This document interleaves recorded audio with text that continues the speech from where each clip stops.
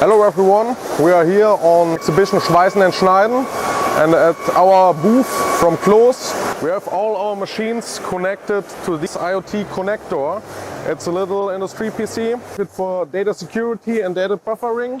So with this little thing we get all the production dates from our booth. I will show you how it looks on the dashboard. So now we see our dashboard here.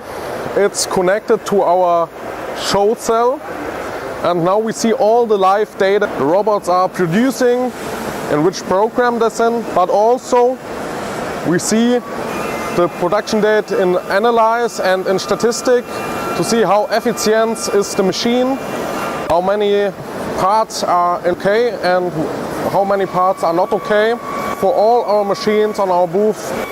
Now we want to do the next step in the digital solutions, and we go to the cloud. So with our cloud platform QNECT, we connect our customers, our sales partners with Close.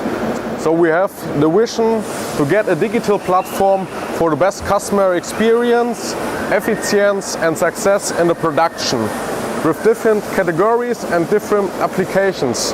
So connect with us.